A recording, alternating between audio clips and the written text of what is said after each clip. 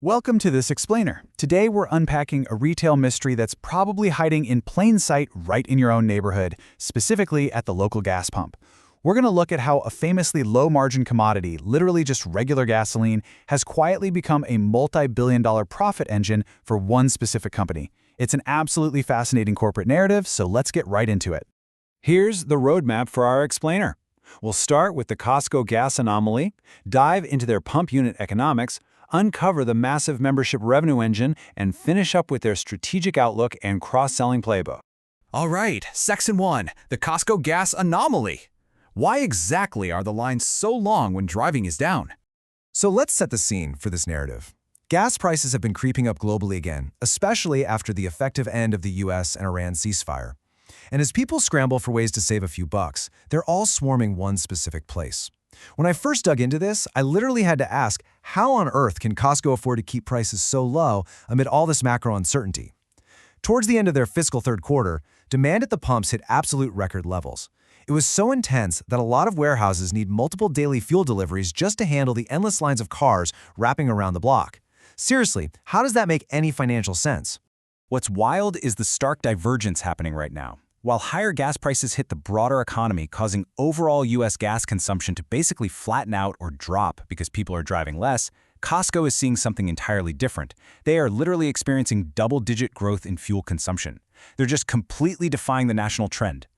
Moving right along. Section 2, analyzing pump unit economics. Let's break down those cents per gallon.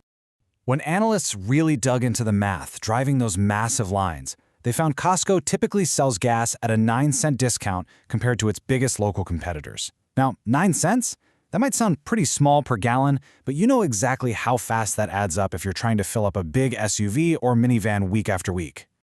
But wait, it goes even further. When compared to statewide averages, they're offering a massive 24-cent discount. Think about that for a second. If you're a member, those gas savings alone are basically paying for the cost of your annual membership card. Now here's the crucial twist in our story. Costco actually isn't losing money on fuel. That's a super common misconception. Instead, they are deliberately choosing to operate on incredibly thin margins. They're making just a couple of cents per gallon. Rather than trying to squeeze every last penny of profit at the pump like a traditional gas station, they play a totally different game. Maximizing pump profits just isn't the goal. Which brings us to Section 3, the membership revenue engine. Let's uncover the real hidden profit center here. This is the aha moment that completely solves our mystery. In 2025, Costco generated over $5 billion from membership fees alone. That single slice of the pie, it makes up a staggering 66% of their entire net income. So actually, scratch what you thought about retail. Costco doesn't need to make money on gas because what they really want is for you to hold on to that membership card. The gas is just bait to get you to gladly pay that annual fee. When you step back and look at the big picture, the cheap gasoline functions exactly like their legendary $1.50 hot dog and soda combo. Neither of these things generates meaningful profit on their own. They're extreme low-margin leaders, basically designed to give you an absolutely unignorable reason to drive to the warehouse, and, more importantly, renew that membership year after year. And finally, Section 4, cross-selling and strategic outlook. Let's see how they translate that fuel volume into actual warehouse traffic. When you look at the ecosystem as a whole, the narrative clicks perfectly into place. Analysts estimate that 50% of the people who pull in for cheap gas end up walking inside the warehouse. And once they grab a cart, the average member ends up spending nearly $3,200 annually.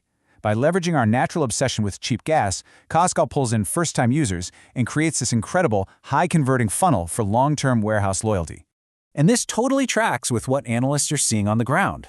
The logic is wonderfully simple. Well, while you're there, you may as well go into the store and do your grocery shopping. This pump traffic is tangibly and directly boosting their same-store sales, which, is an incredibly powerful advantage in today's unpredictable economy. Now, to be fair, Costco isn't the only player using this playbook. Competitors like BJ's and Sam's Club use very similar tactics with discounted gas to hook members. But the reason this narrative is so compelling right now is that Costco is aggressively evolving the model, pushing this competitive edge way beyond its rivals. Check out where they're taking this next. In June, Costco took a massive leap by opening its first standalone members-only gas station in California. It's not even attached to a warehouse, and they're planning a second one for Hawaii in 2027. It proves that fuel isn't just a side perk anymore. It's literally becoming a primary, standalone loyalty driver all on its own. So, to wrap up this explainer, I'll leave you with a thought to chew on. As macroeconomic uncertainty drags on and gas prices stay super volatile, is fuel the ultimate competitive moat for modern retail?